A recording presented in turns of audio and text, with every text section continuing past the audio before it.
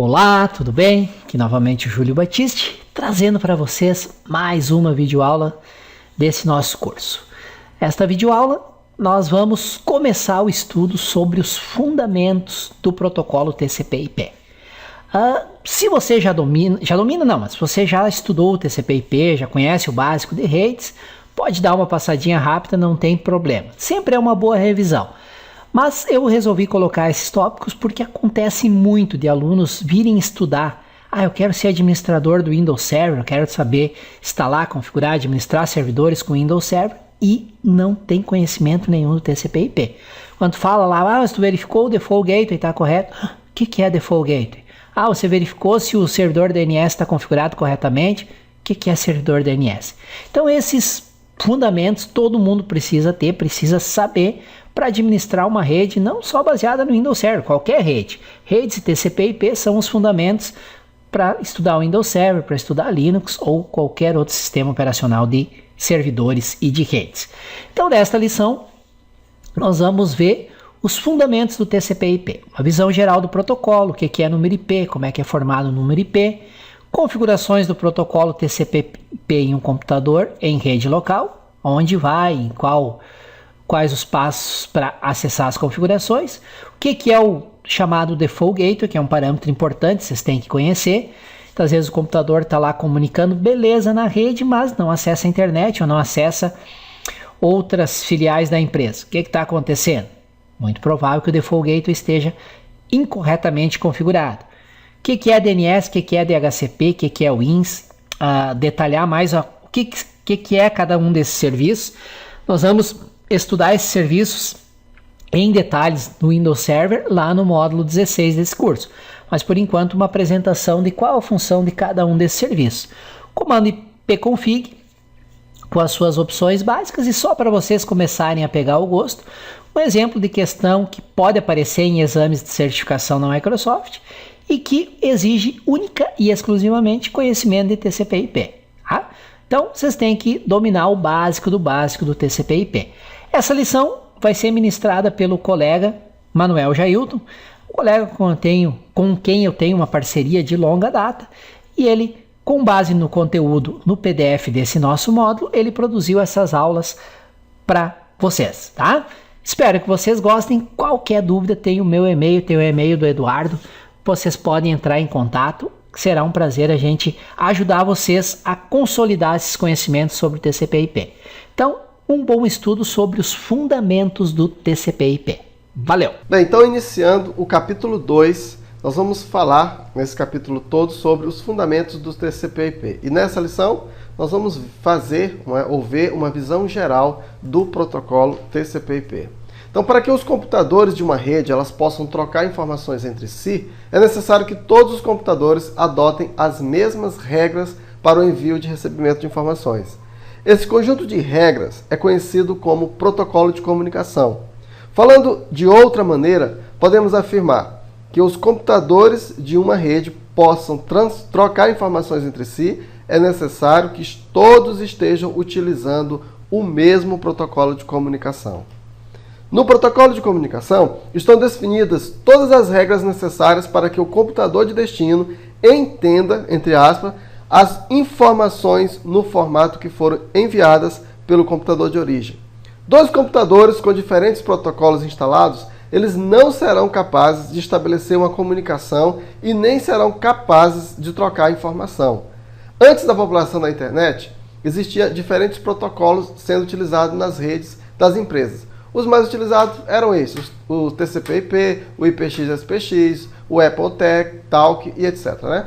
Se colocarmos dois computadores ligados em rede, um com um protocolo, por exemplo, o TCP/IP, e o outro com um protocolo diferente, por exemplo, o NetBEWI.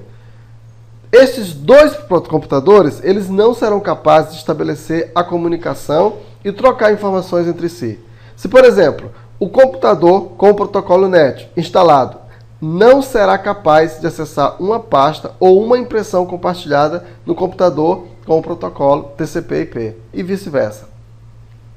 À medida que a internet começou a tornar-se mais e mais popular, com o aumento exponencial dos números de usuários, o protocolo TCP/IP passou a tornar-se um padrão de fato, utilizado não só na internet, como também nas redes internas da empresa.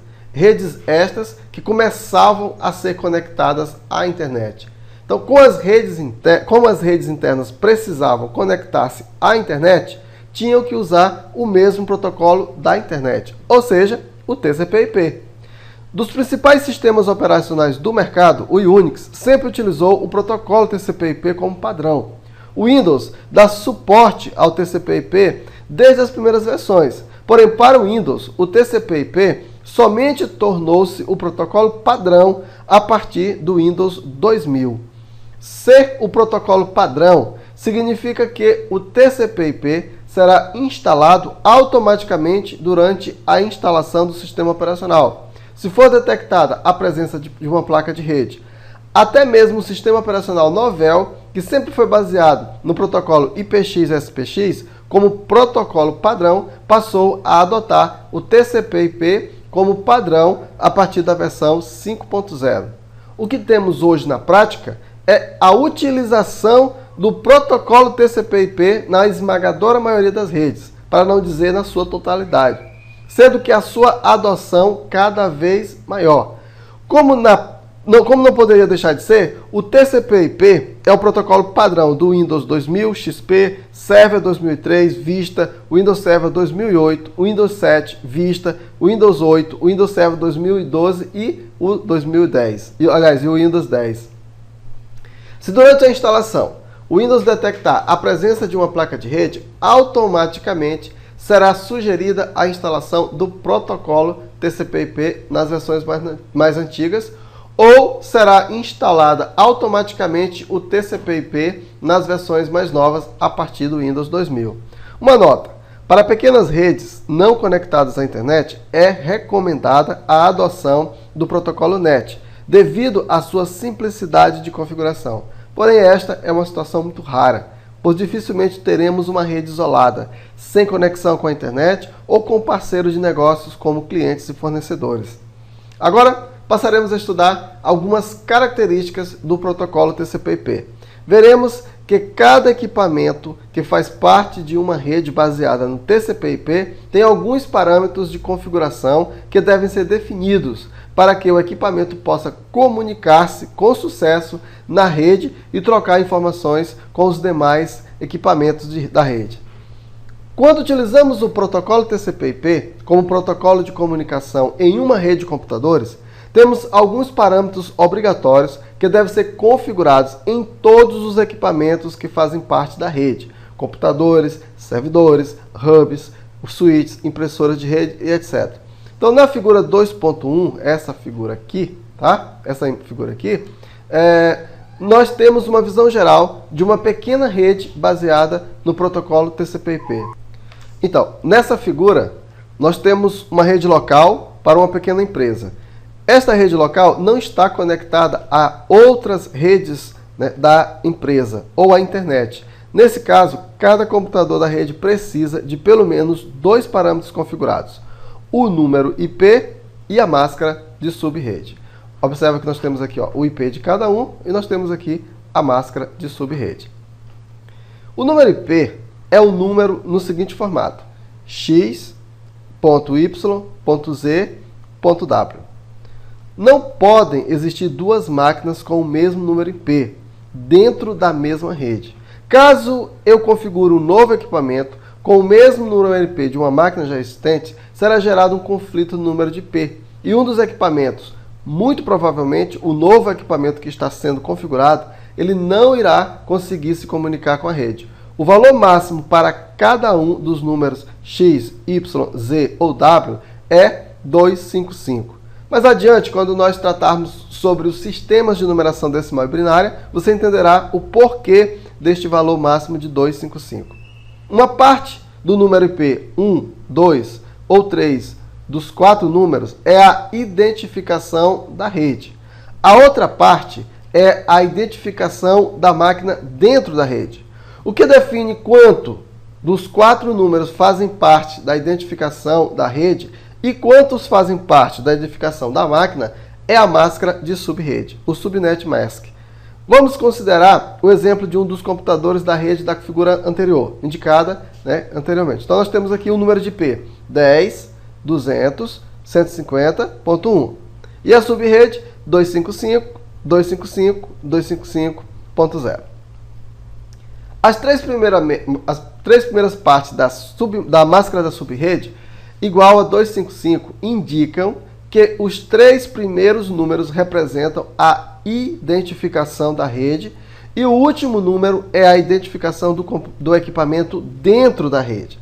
Para o nosso exemplo, nós teríamos a rede 10.200.150, ou seja, todos os equipamentos do nosso exemplo fazem parte da rede 10.200.150. Ou, em outras palavras, o número IP de todos os equipamentos da rede começam com 10.200.150.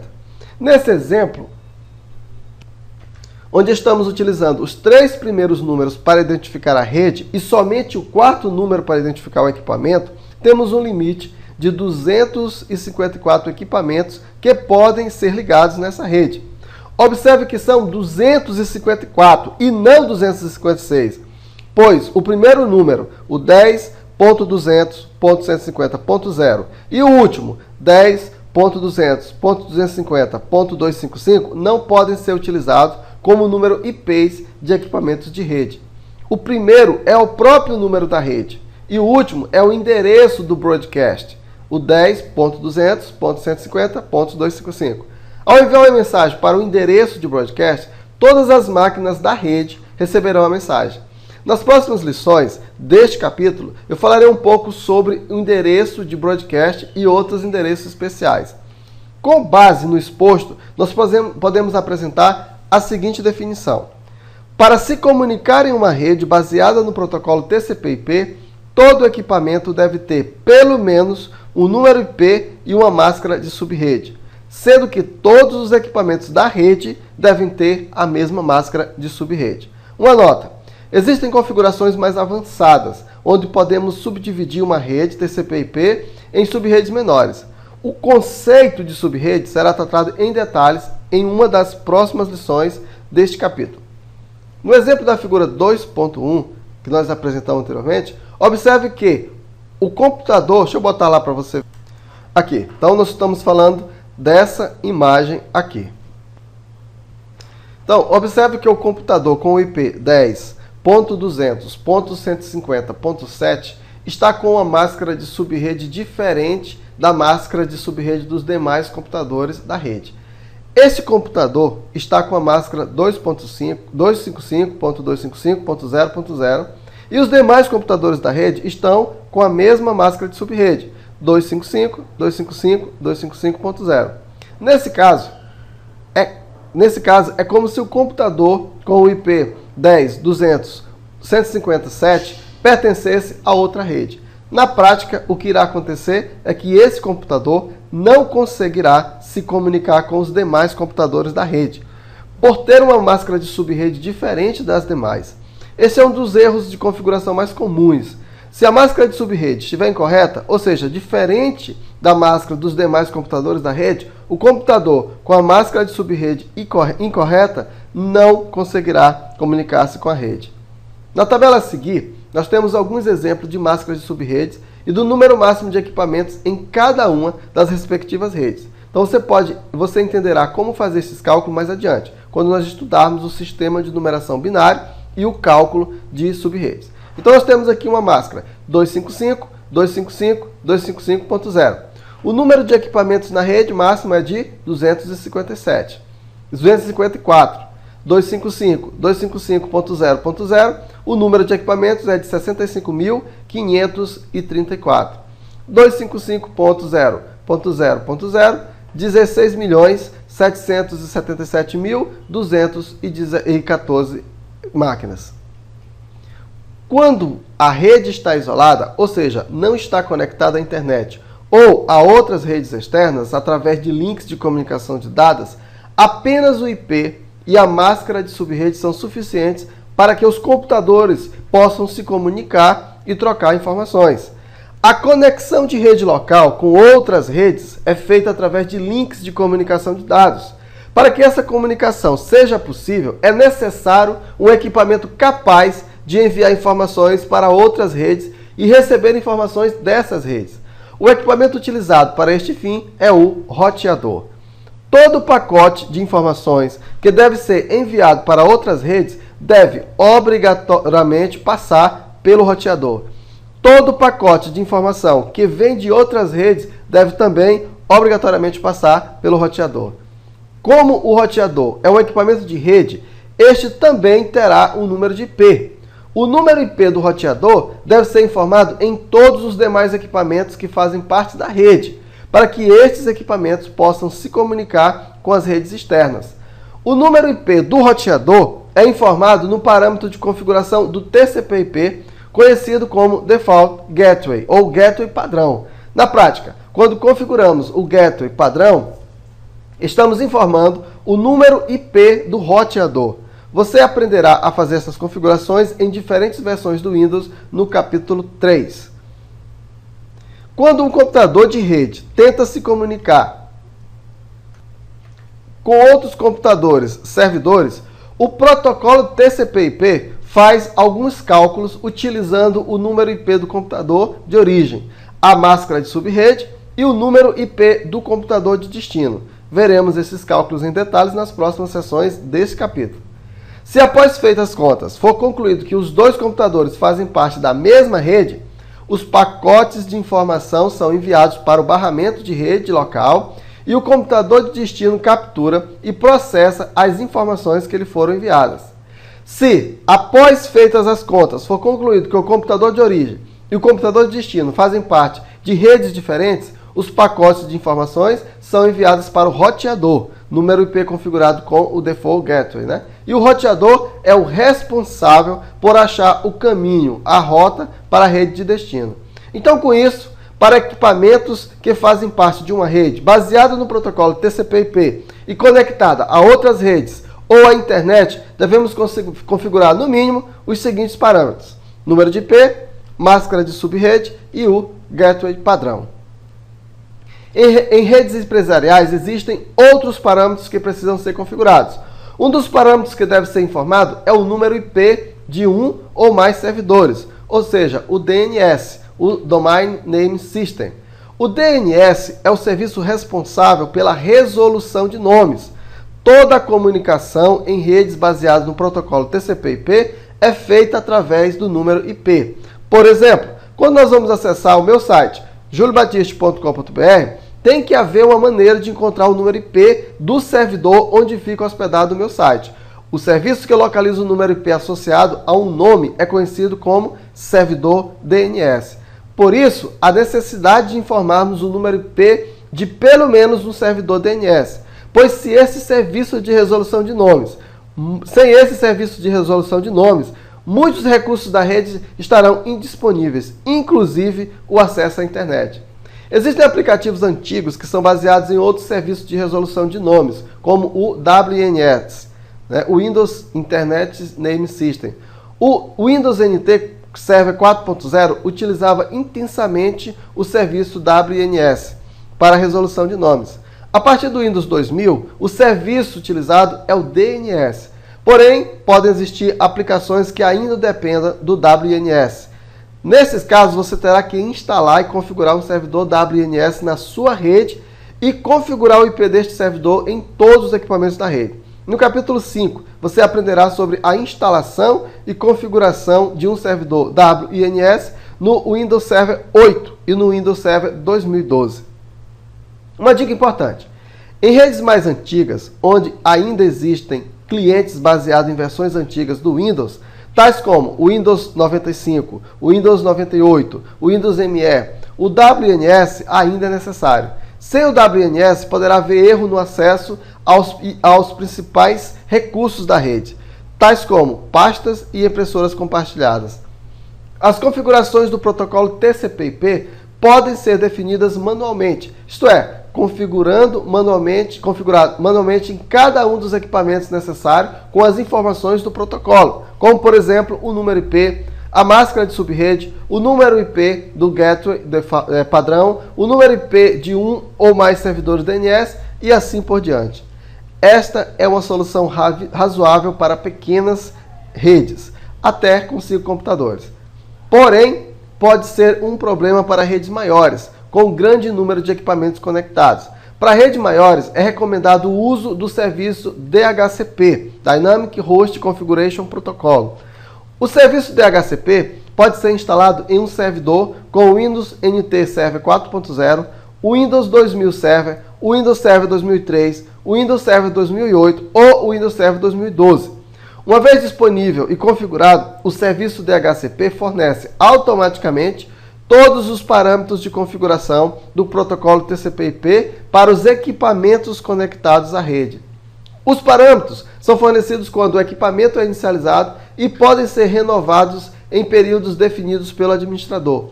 Com o uso do DHCP, uma série de procedimentos de configuração podem ser automatizados, o que facilita a vida do administrador e elimina uma série de erros. Uma nota: veremos em detalhes como instalar e configurar um servidor DHCP no Windows Server 2008 e no Windows Server 2012 no capítulo 5. Uma dica importante: serviços tais como um servidor DNS e um servidor DHCP só podem ser instalados em computadores com as versões do servidor do Windows, tais como o NT Server 4.0, o Windows 2000 Server, o Windows Server 2003, o Windows Server 2008 ou o Windows Server 2012. Esses serviços eles não estão disponíveis em versões clientes do Windows, tais como o Windows 95, o 98 e o ME. O Windows 2000 Professional, o Windows XP Professional, o Windows Vista, o Windows 7, o Windows 8 ou o Windows 10. É importante salientar que as versões clientes do Windows podem receber automaticamente as configurações do TCP/IP de um servidor DHCP. O que as versões clientes do Windows não podem é ser configuradas como um servidor DHCP. Servidor DHCP somente nas versões do Windows Server. O uso do DHCP também é muito vantajoso quando são necessárias alterações no número IP dos servidores DNS, o WNS ou o número do IP do gateway padrão. Então vamos imaginar uma rede com 1000 computadores e que não utiliza o DHCP, ou seja, os diversos parâmetros do protocolo TCP/IP são configurados manualmente pelo administrador da rede em cada computador. Agora, vamos imaginar que o número IP do servidor DNS foi alterado. Nesse caso, o administrador e a sua equipe técnica terão que fazer a alteração do número IP do DNS, do servidor DNS, em todas as estações de trabalho da rede. Um serviço, entanto. Se esta mesma rede estiver utilizando o serviço DHCP, bastará alterar o número IP do servidor DNS nas configurações do servidor DHCP.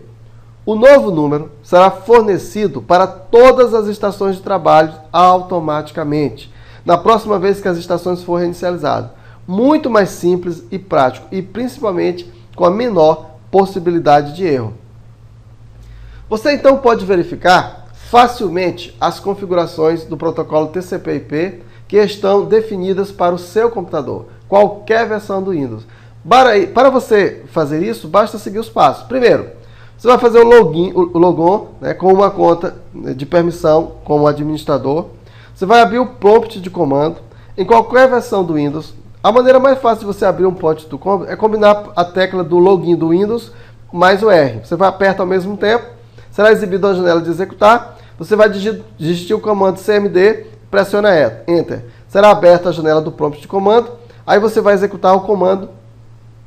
Na janela do comando você vai digitar ipconfig/all. Pressiona Enter e aí vai ser mostrado para você, serão exibidas as diversas configurações do TCP/IP, conforme você vai ver nessa imagem aqui. Então aqui nós temos um exemplo de uma configuração do protocolo TCP/IP. O comando ipconfig exibe informações para as diversas interfaces de rede instaladas, placa de rede, modem tradicional, modem USB wireless e etc. No exemplo da figura do 1.2, nós temos uma única interface de rede instalada, a qual é relacionada com a placa de rede Realtek RTL8139 Family PCI Fast Ethernet NC. Então observe que temos o número de IP para 2 servidores DNS e 1 para o servidor WINS. Então observe aqui, né, as configurações aqui da máquina, beleza? Aqui, ó, servidor WINS primário, servidor DNS, o gateway padrão, a máscara de rede, o endereço de IP. Outra informação importante é o endereço físico, mais conhecido como MAC address, ou endereço da placa. O MAC é um endereço que identifica a placa de rede. Os 6 primeiros números letras são uma identificação do fabricante da placa, e os 6 últimos, uma identificação da placa. Não existem 2 placas com o mesmo MAC. Ou seja, este endereço é único para cada placa de rede. No exemplo dessa imagem aqui, ó, dessa figura, nós temos um computador com 2 interfaces de rede. Uma das interfaces é ligada à placa de rede. Uma Realtek RTL 8029, PCI Ethernet Adapter, a qual conecta o computador à rede local. A outra interface é ligada ao fax modem, a qual conecta o computador à internet. Para o protocolo TCP/IP, a conexão via fax modem aparece como se fosse mais uma interface de rede, conforme pode ser configurado na listagem 1.3. Aqui, né? Aqui nós temos o adaptador, nós temos aqui a descrição, o IP fixo, o DHCP, o NetBIOS TCP/IP. Aqui nós temos a máscara. Ó, aqui nós temos o Ethernet, o adaptador Ethernet. Aqui, ó, a descrição, Realtek, que a gente falou, o endereço fixo, e assim temos aqui todas as configurações, ok? É claro que este é um computador muito antigo, pois é quase impossível hoje encontrar alguém que ainda acessa a internet através de uma linha de escada, usando uma placa de fax modem. Mas, como exemplo, didaticamente serve para ilustrar. Então, isso aqui para ilustrar. Bem, esses são os aspectos básicos do protocolo TCP/IP. A seguir, coloco um exemplo de questão que cobra apenas os aspectos básicos do TCP/IP e que pode aparecer em exame de certificação de diferentes empresas e produtos relacionados a redes. Então, questão de exemplo para os exames de certificação. A seguir, coloco um exemplo de questão relacionada ao TCP/IP que pode aparecer nos exames de certificações da Microsoft ou de outras empresas onde são cobrados conhecimentos básicos do protocolo TCP/IP. Então vamos à questão. A seguir estão as configurações básicas do TCP/IP de 3 estações de trabalho: Micro 1, Micro 2 e Micro 3. O Micro 1 ele tem o IP 100, 100, 100.3 com a máscara de subrede 255, 255, 255.0 e um gateway de 100, 100, 100.1. O Micro 2 tem o número de IP 100.100.100.4, uma máscara de subrede 255.255.240.0 e um gateway 100.100.100.1. E o Micro 3, o número de IP 100.100.100.5, uma máscara de subrede 255.255.255.0 e um gateway 100.100.100.2. O Micro 2 não está conseguindo se comunicar com os demais computadores da rede. Já o Micro 3 consegue comunicar-se na rede local, porém não consegue se comunicar com os recursos de outras redes, como, por exemplo, a internet. Quais alterações você deve fazer para que todos os computadores possam se comunicar normalmente, tanto na rede local quanto com as redes externas? Então, só para você ver novamente aqui a imagem. Então, tá aqui, ó, que é as imagens dos micros. Então, você vai dizer quais dessas opções você tem que fazer, ok? Então, vamos lá. Na opção A, altere a máscara de subrede do Micro 2 para 255.255.0. Altere o gateway do Micro 3 para 100.100.100.1. Na opção, voltando aqui para você ver. Na opção 2, altere a máscara de subrede do Micro 1 para 2.55.255.240.0. Altere a máscara de subrede do Micro 3 para 255.255.240.0. Na C, altere o gateway do Micro 1 para 100.100.100.2. Altere o gateway do Micro 2 para 100.100.100.2. Altere o gateway do micro 3 para 100.100.100.1 na letra D. E na letra E, altere a máscara de subrede do micro 2 para 255.255.255.0. Então, a resposta aí é a letra A. Então, a resposta é a letra A. Então, vamos fazer aqui um comentário. Pelo enunciado, o computador micro 2 não consegue comunicar com nenhum outro computador da rede. Esse é um sintoma típico de problema de máscara de subrede. É exatamente o caso do micro 2. Né? Está com uma máscara de subrede 255.255.0.0, diferente dos demais computadores. Por isso, ele está isolado e não consegue se comunicar com os demais computadores da rede. Já o micro 3, ele não consegue comunicar-se com outras redes, mas consegue comunicar-se na rede local. Este é um sintoma de que a configuração do gateway padrão está incorreta. Por isso, há necessidade de alterar a configuração do número de gateway padrão do micro 3, para que este utilize a mesma configuração dos demais computadores da rede. Observe como esta questão testa apenas conhecimento básico do TCP/IP, tais como máscara de subrede e default gateway.